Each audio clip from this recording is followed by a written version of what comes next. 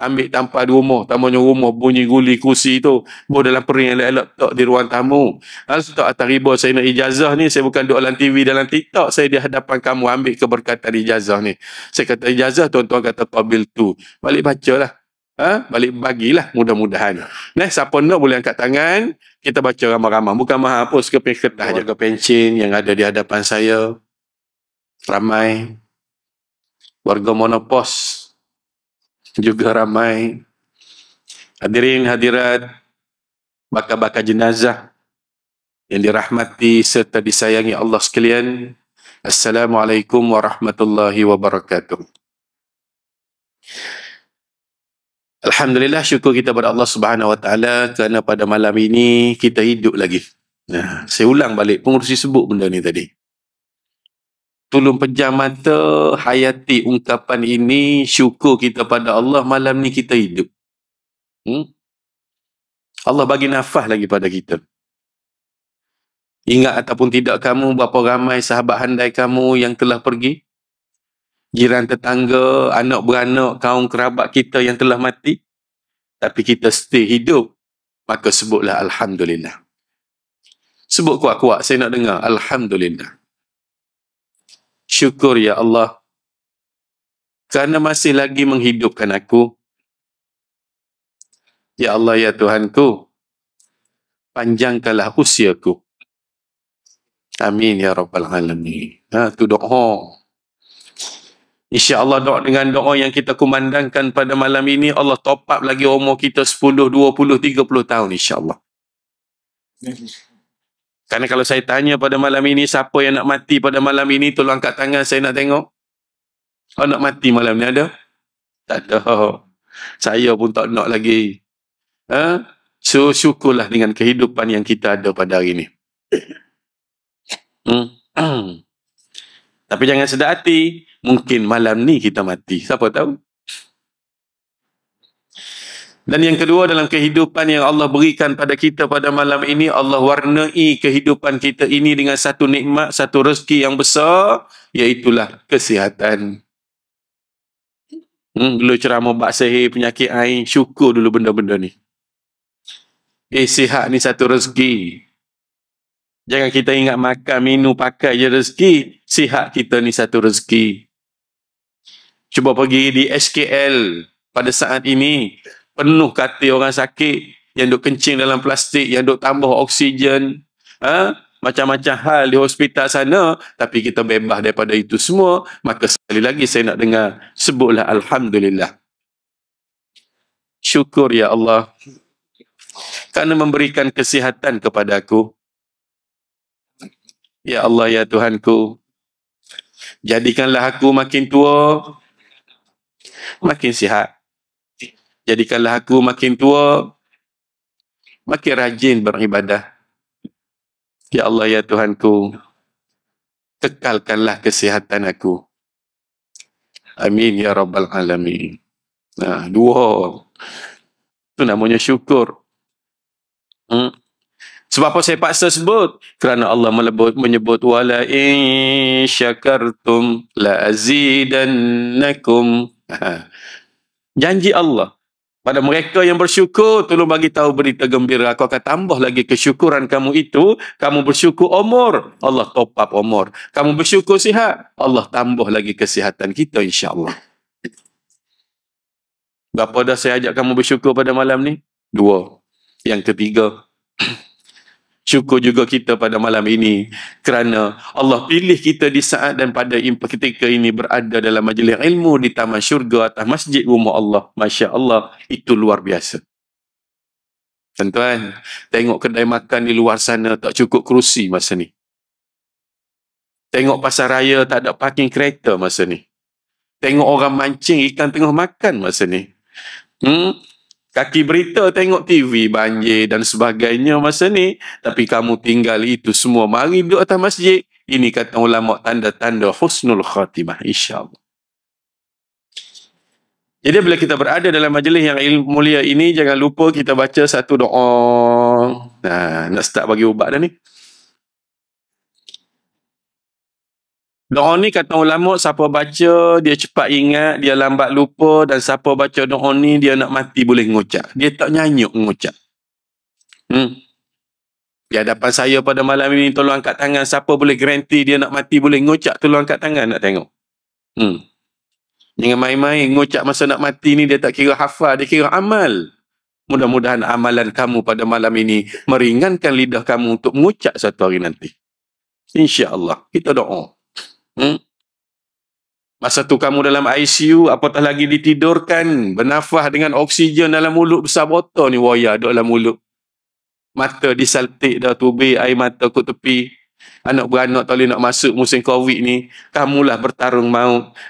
Boleh ngucap tak boleh ngucap, tak ada orang ajar. Kerana pada ketika itu kamu nazak dada sama tinggi ngadai. Siapa nak ajar kamu ngucap? Maka bacalah ayat ni, mudah-mudahan menjadi saksi untuk kamu ringan lidah nak ngucap. Tangan kanan kat dada kiri, ikut saya baca. Bergema. Bismillahirrahmanirrahim. Subhanaka la ilma lana illa ma 'allamtana innaka antal alimul hakim. Maha suci Allah yang mengajarkan kami apa yang kami tidak ketahui.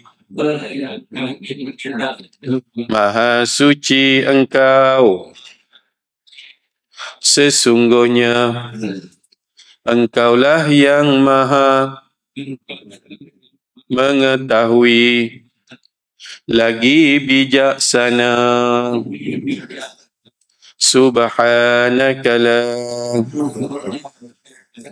ilma lana illa ma 'allamtana innaka antal alimul hakim. Okey, pejam mata, transfer ayat ni dalam dadamu sebagai saksi suatu hari nanti kamu nazak. Sebut doa yang saya nak sebut. Ya Allah, ya Tuhanku. Kuat-kuat, ya Allah, ya Tuhanku. Jadikanlah aku makin tua, ya Allah. Aku tidak lupa dan nyanyuk. Ya Allah, ya Tuhanku. Jadikanlah aku makin tua, makin sihat. Ya Allah, ya Tuhanku. Ringankanlah lidahku untuk menyebut kalimah syahadat ketika mana sakaratul maut datang menjemputku, ya Allah. Mungkin pada malam ini dengan kalimah yang agung, La ilaha illallah Muhammadur Rasulullah. Amin ya rabbal alamin. Ingat tu, duk mana ubat ni tidak ada di farmasi, tidak ada di hospital. Ubat ini berada di rumah kamu dalam rak Al-Quran, iaitu surah Al-Baqarah ayat 32. Bacalah. Jangan main-main. Sebab apa saya bagi ayat tu pada malam ini? Kerana di hadapan saya ni tua-tua belaka dah. Sebab tu pembukaan saya kata tadi, warga pencen. Sebab tu pembukaan saya kata tadi, warga monopos. Itu sebagai sinis kepada kamu yang telah tua, sedar-sedarlah bahawa kita sudah berumur. Berubahlah kita. Kerana muda dulu kita tak ada mari masjid. Tua-tua ni marilah dengar. Tak ada telinga sebagai bekal kubur kamu suatu hari nanti. Duit yang kamu cari itu tak cukup semua dah. Apatah lagi yang warga pencen 60, 70, 50, hidup di Kuala Lumpur ni tak kaya-kaya lagi. Tak dan dah kaya kamu. Dan kau orang muda kaya. Dia ingat kuat, mata terang, telinga dengar. Kamu ni makin merosot dah. Maka cari kekayaan di masjid. Bubuh sedekah RM1 jadi 27 kali ganda. Jadi 70 kali ganda. Sembahyang Jumaat 1 rakaat 27 kali ganda. Itu dah kekayaan yang kita nak cari. Jadi tuan-tuan dan puan-puan yang dirahmati Allah sekalian. Kita manusia ni ada dua jenis penyakit. Yang pertama penyakit jasmani, apa dia? Darah tinggi, kecil manis, jantung, batu karang, gout, serut, buah pinggang, COVID, itu semua penyakit jasmani. Don't worry, hospital ada ubat di hospital. Dia ambil anytime. Dan penyakit darah tinggi, kecil manis, COVID ni dia tak bawa masuk kubur, balut kain kapan jenazah apa gitu gini, dia tutup situ, mati tutup file penyakit tu. Tapi penyakit rohani dia tak setakat tu, dia bawa masuk kubur. Kemudian penyakit rohani ni, asad, dengki, marah, tak nak mari masjid, dengar azan buat tak tahu. Ni penyakit ni. Suka main goni ni, goni ni. Ni penyakit rohani ni. Tak ada ubat. Anak doktor pun tak tidur malam, tak ada ubat. Bagi ubat tidur, bangun tidur, main pula. Ni. Betul dah anak-anak kamu? Ni penyakit goni ni. Yang mana penyakit ni dia tak setakat dunia, dia bawa masuk kubur, syurga, neraka, dosa, pahala ni, benda-benda ni yang kita takut ni. Apalagi penyakit rohani yang kita nak bincang pada malam ini, saka, sihir, santau. Penyakit ni ramai tuan-tuan dan puan-puan. Tak percaya, pergilah ke klinik saya. Masa saya sewa klinik di USJ 21 dulu, siapa pergi tahulah. Pukul 2 pagi orang tunggu dah, Sabah, Sarawak, seluruh negara, beribu orang sehari. Hari ni pun, kalau nak pergi tengok, pergilah Sungai Besi. Berapa ramai manusia yang sakit kena sihir, saka, santau, yang mana pergi hospital, doktor kata tak ada penyakit, balik berubat kampung. Inilah peminat-peminat yang cari klinik saya. Dan saya nak tanyalah pada malam ni. Siapa ada saka tu angkat tangan? Mudah tanya lalu. Straight to the point. Tak ada. Mu tengok aku tengok mu. Tak tahu. Yes. Siapa pun nak kena sihir angkat tangan? Satu. Betapa merananya dia tahulah. Tak. Siapa pun nak kena santau angkat tangan? Kena santau. Tuan-tuan. Saya dulu belajar ilmu ni kat Mesir dengan Syekh Wahid Al-Bali. Tak niat pun nak jadi Tok Bomo penceramah. Saya belajar sebagai fardu kifayah. Anak bini orang kampung saya sakit, saya boleh buat rawatan. Tetapi Masya Allah, di Malaysia ni tak ada Tok Bomo yang perubatan Islam ni. Tok Bomo kampung tak cah banyak.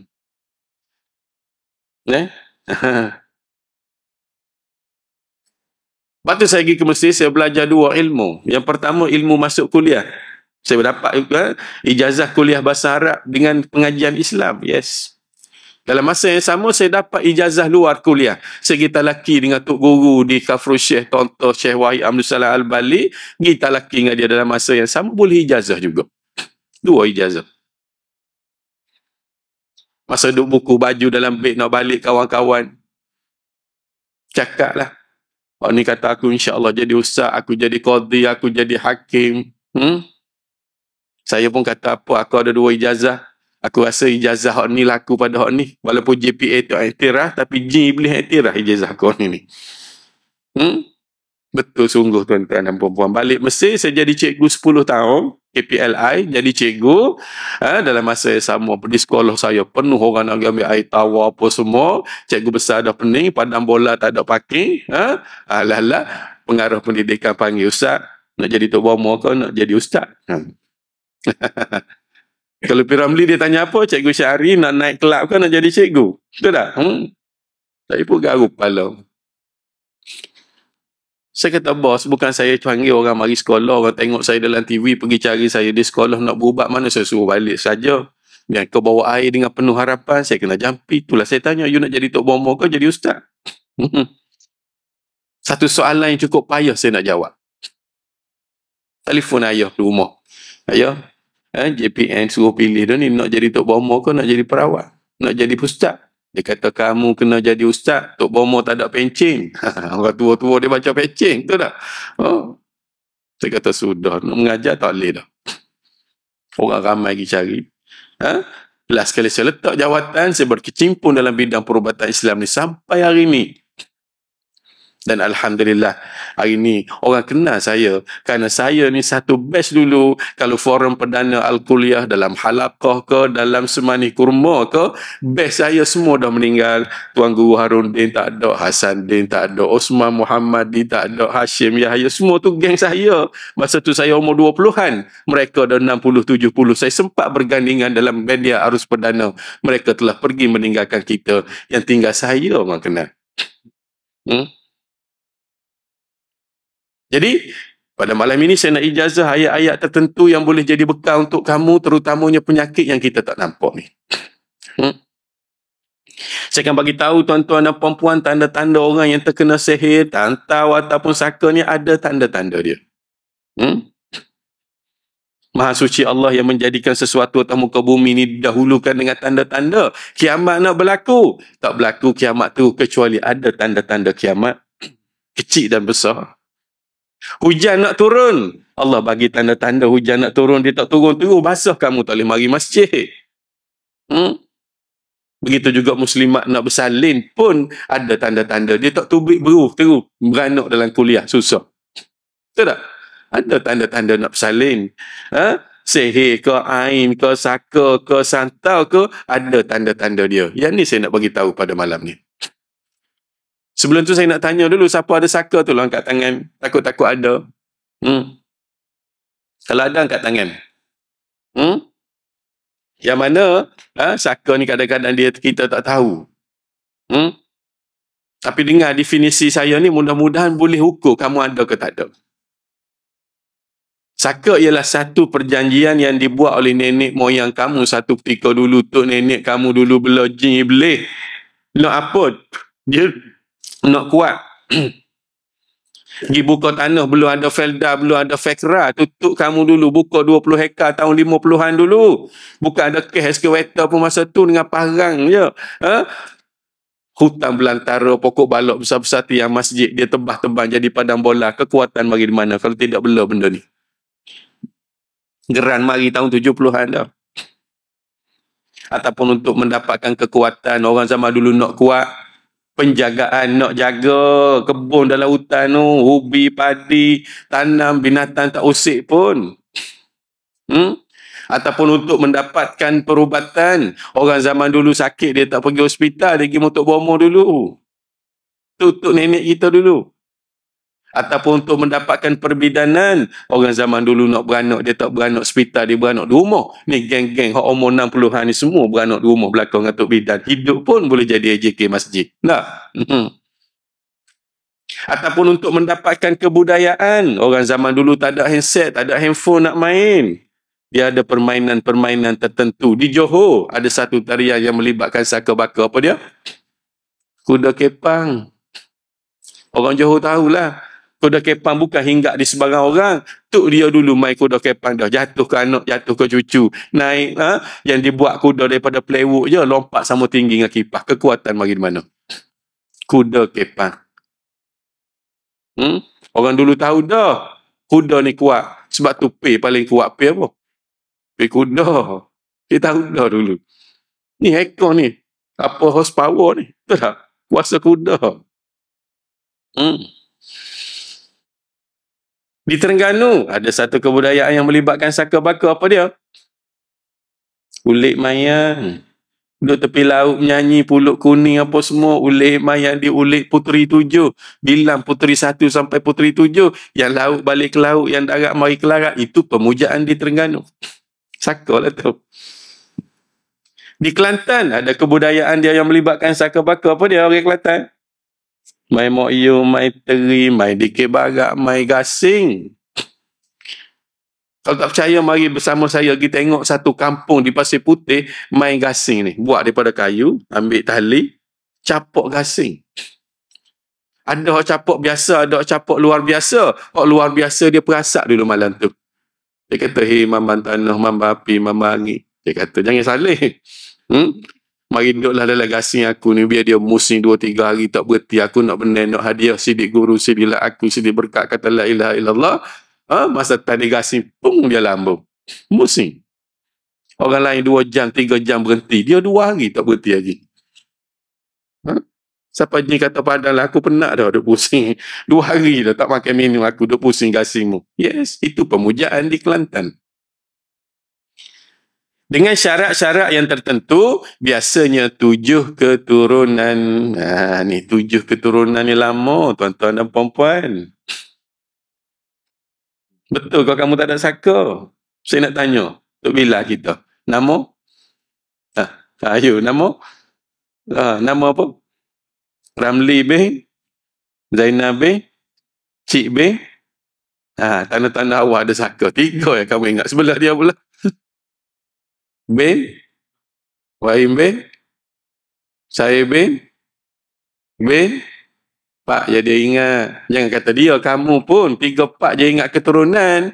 Saya takut nama-nama tu nenek kamu yang terdilik kamu tak ingat tu ada saka baka. Kamu baru anak cucu dia. Ni kita takut. Yes, dia duduk dalam tubuh kita, dia tidak mengganggu. Kecuali masa kita tua baru dia kacau. Berapa ramai orang tua-tua, tuan-tuan dan perempuan, cepat nyanyuk, cepat lupa. Ni tanda-tanda ni. Sembahyang lupa rakaat. Depan saya ni ramai kalau sembahyang di rumah tak tahu rakaat berapa rakaat. Makin tua makin malas ibadat. Sakitnya lama. 3-4 tahun sakit, tinggal kulit dengan tulang, tak mati-mati, makan 3-4 pinggan. Lebih banyak pada doktor makan, dia sakit. Tok Bomo makan 2 pinggan, dia 7 pinggan orang sakit. Ni tanda-tanda awak ni makan banyak.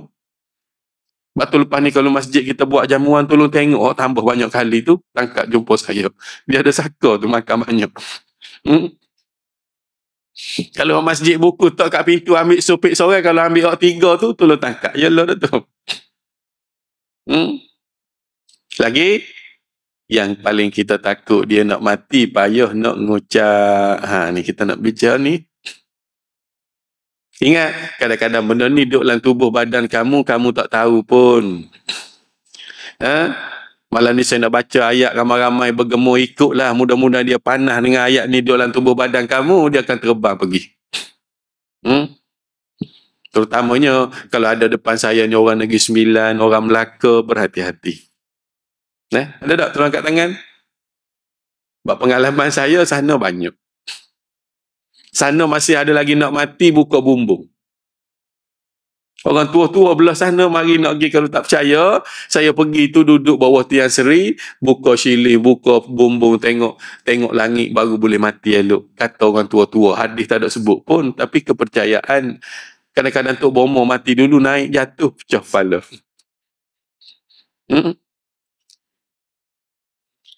Begitu juga yang kena sihir. Inilah tanda-tanda orang yang kena sihir, kadang-kadang cepat mati. Kadang-kadang sakit lama. Mati payah nak mengucap. Sebab apa? Sihir itu sendiri, jin yang dihantar ke dalam tubuh badan dia tu pegang lidah masa nak mengucap. Ni kita takut. Sebelum tu dengar tanda-tanda orang yang ada benda ni. Yang pertama, tanda masa jaga. Yang kedua, tanda masa tidur. Kalau ada tanda-tanda ni, tunggu lepas sembahyang lagi. Kita pegang atas kepala. Tak lama pun 3 saat ya. Tengoklah TV 2 hari lepas. Tengok tak TV 9. Aduan jiwa saya buat di Sabah tu. Dengan Fitri Yahya tu. Jampi tuan-tuan dan puan-puan jadi boyo. Merangkuk atas kapet masjid. Ekor gini. Kaki dia. Tok Iman, Tok Bila kecil pala-pala lari tak tahu mana. Saya kata Tok Iman tunggu. Aku takut. Aku Tok Iman bukan nak berubah kau ni. Dia kata. Cakap buaya. Dia tak tahu dia cakap buaya. Sudah semayang dia tunggu, saya pegang 3 saat seorang atas kepala. Saya tanya AJK masjid, siapa dia ni jadi buaya ni? Ustaz dia ni tu, dia dulu tangkap buaya. Kalau orang dalam sungai kat Sabah ni kena makan, tu dia mari tepi sungai, jetik air 3 kali, tok, timbul lah dia buaya. Ni cucu dia Ustaz. Yes. Takut belaan orang dulu-dulu. Jadi malam ni saya nak bagi tahu tanda-tanda. Yang pertama ialah masa jaga, sekiranya kamu ada penyakit, pergi hospital, doktor suruh balik, dia kata Pakcik tak ada penyakit ni. Doktor saya sakit dalam perut dah berapa tahun? Yes, doktor kata aku dah masuk ke merah suluh, tak ada apa, MRI aku dah buat, tak ada apa. Last kali doktor kata Pakcik, balik berubat kapung, bukan cara hospital, rumitlah hidup kamu. Terutama yang batuk lama. Batuk manusia ni kalau normal, kata orang tua-tua dulu 40 hari ya. Kalau lebih 41 hari tu ada something wrong tu, kena check cepat. Biasa kalau batuk lama ni melibatkan santau. Batuk tubik darah. Batuk kat tisu, tengok darah kat tisu, tubik habuk kaca. Yalah dah tu. Yang kedua, sekiranya bangun tidur pada waktu pagi ada kesan lebam pada tubuh. Bahaya. Kita tengok lebam buat tak tahu gitu. Mungkin bini aku gigit malam kot. Dia kata gitu pada tu gigit dia semalam. Yes, kalau jumpa doktor, doktor kata, oh semalam kamu tidur mengigau terhentak kat katil, mana mu tahu, yalah juga ijat. Tapi tanya tok kata, oh, kamu digigit hantu. Yes, betul tok kita tu. Cuba fikir logik lebam sebab apa? Lebam pula kat pohon, kat betih. Nak kata teratuk katil, teratuk ke mana pohon, bukan tangan. Bahaya. Yang kedua, sekiranya kamu sakit atas belakang, sakit kepala, makan ubat tahan sakit pun tak berhenti-henti, bahaya. Migrain, sakit belakang, dalam tubuh kamu banyak angin, tak lekat air semayang, pergi mengurut kamu sendawa, yalah dah tu. Angin tak tubik tanpa sebab. Orang mengurut pegang ya. Orang mengurut pun sama. Dua-dua ada saka belakang. Kena berubat belakang dua-dua.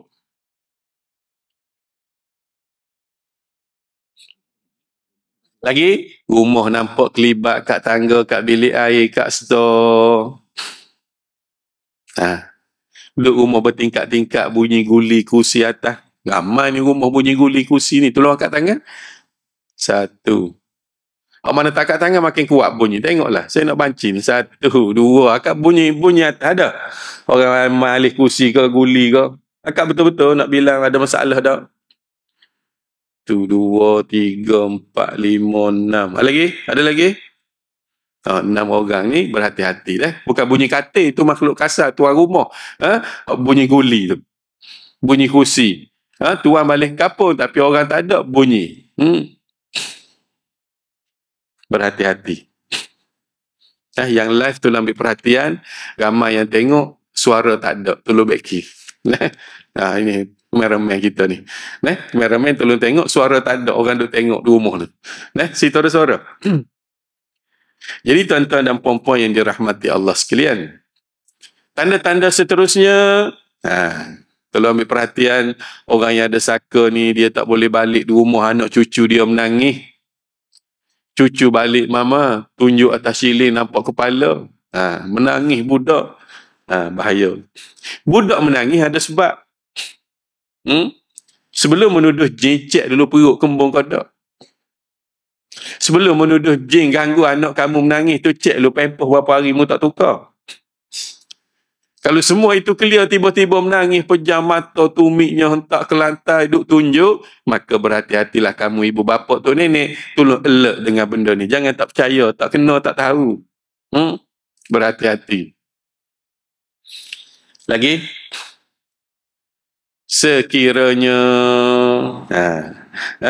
sekiranya masa tidur pula saya nak cerita ni, susah tidur pada waktu malam kecuali memakan masa yang lama.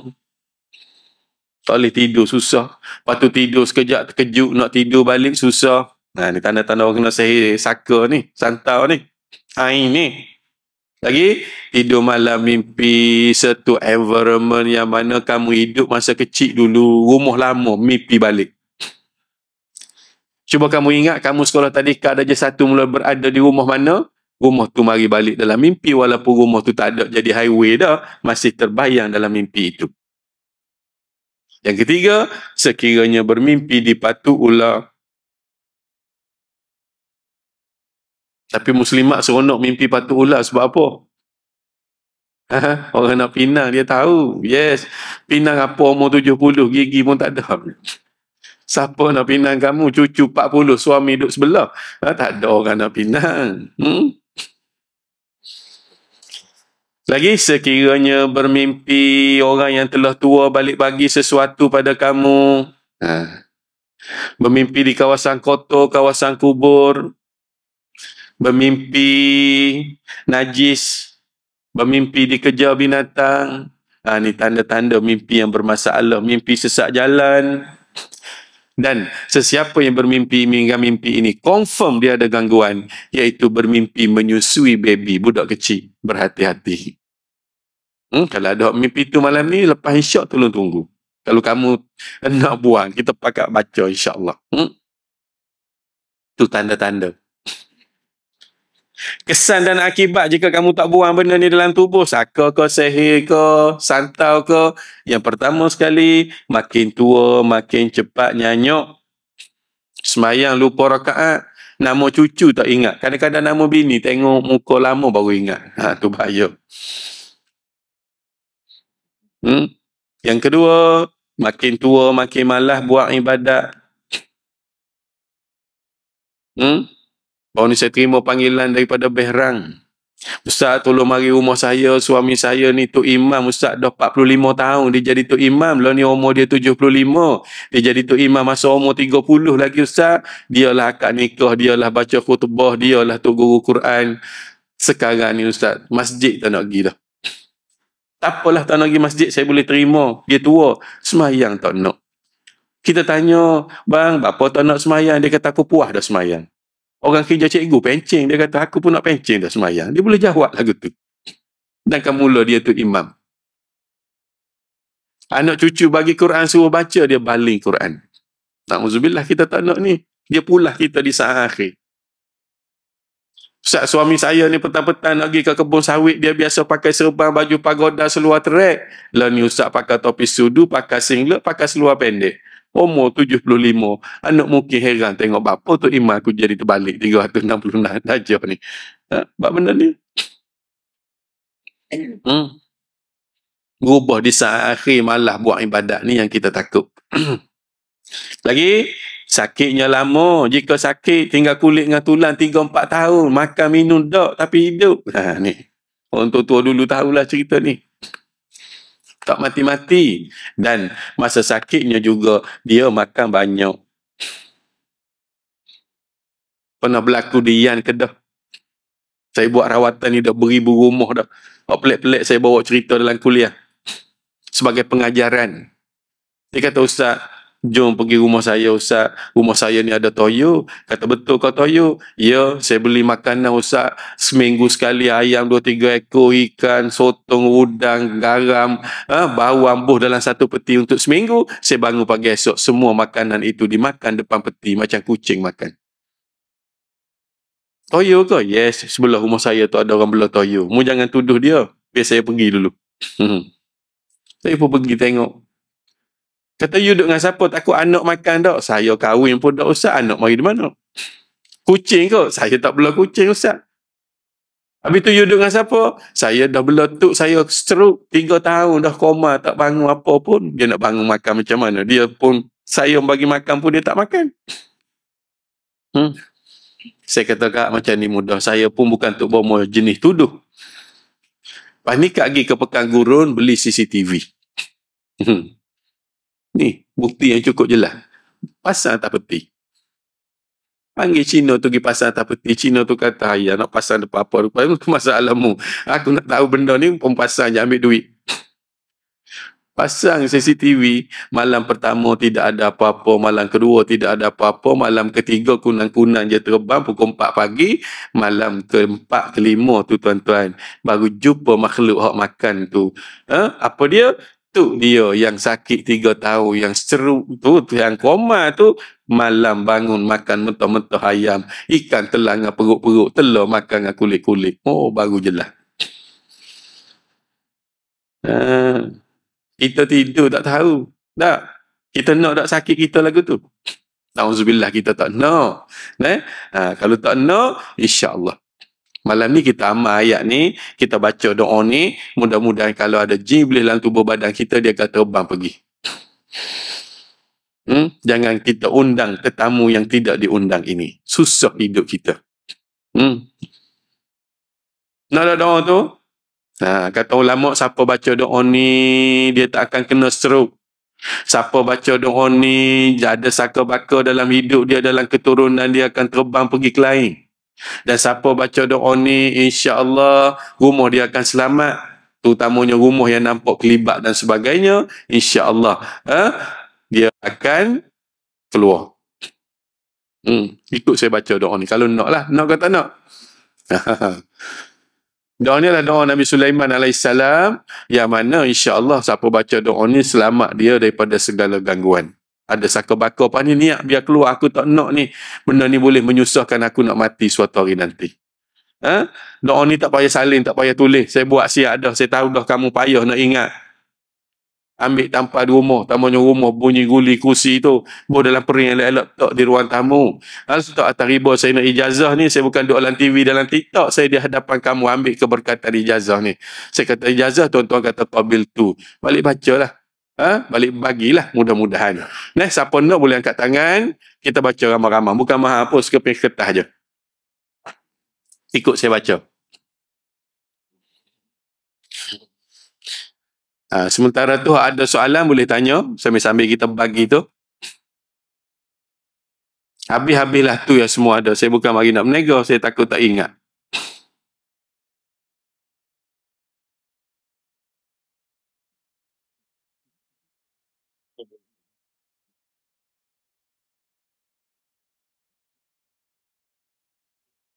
Baca bergema ikut saya deh. Kalau mana ada anak-anak di rumah tu ambil, balik ke anak. Tanpa di rumah.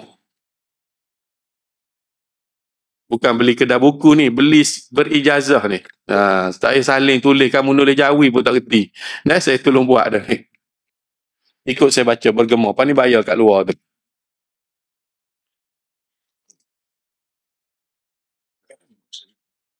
Okey, tarik nafas 3 kali. Bergema. Bismillahirrahmanirrahim. Unashidukum bil ahdil ladzi akhadhahu alaikum Sulaiman an takhruju wa tarhalu min baitina unashidukumullah an takhruju wa la tu'zu ahada wa tarhalu min baitina. Aku bersumpah dengan perjanjian yang dibuat oleh Nabi Sulaiman terhadap kamu, bahawa kamu keluarlah dan berpindahlah daripada rumah kami. Aku menyeru akan kamu, wahai saka baka, wahai jin iblis, bahawa kamu keluarlah dan jangan sekali-kali kamu menyakiti seorang pun, dan kamu berpindahlah daripada rumah kami. Saya dengan nama Allah mengijazakan doa ini untuk diamalkan untuk mengelakkan struk, saka baka sebagai ikhtiar kerana Allah Ta'ala. Qabil tu sebut. Saya terima Ustaz untuk mengamalkannya sebagai ikhtiar kerana Allah Ta'ala. Amin ya Rabbal Alamin. Balik amal molek lah. Setiap kali lepas sembahyang, baca sekali, terutama lepas sembahyang subuh, dan terutamanya setiap kali lepas sembahyang, cukup bagus. Tak ingat Ustaz, saya tahu tu saya buat kertas tepek di rumah. Lama-lama dia ingat lah. Kalau 2 tahun tanpa tak ingat lagi bukan orang dah, kamu hantu raya juga dah. Dah payah nak ingat.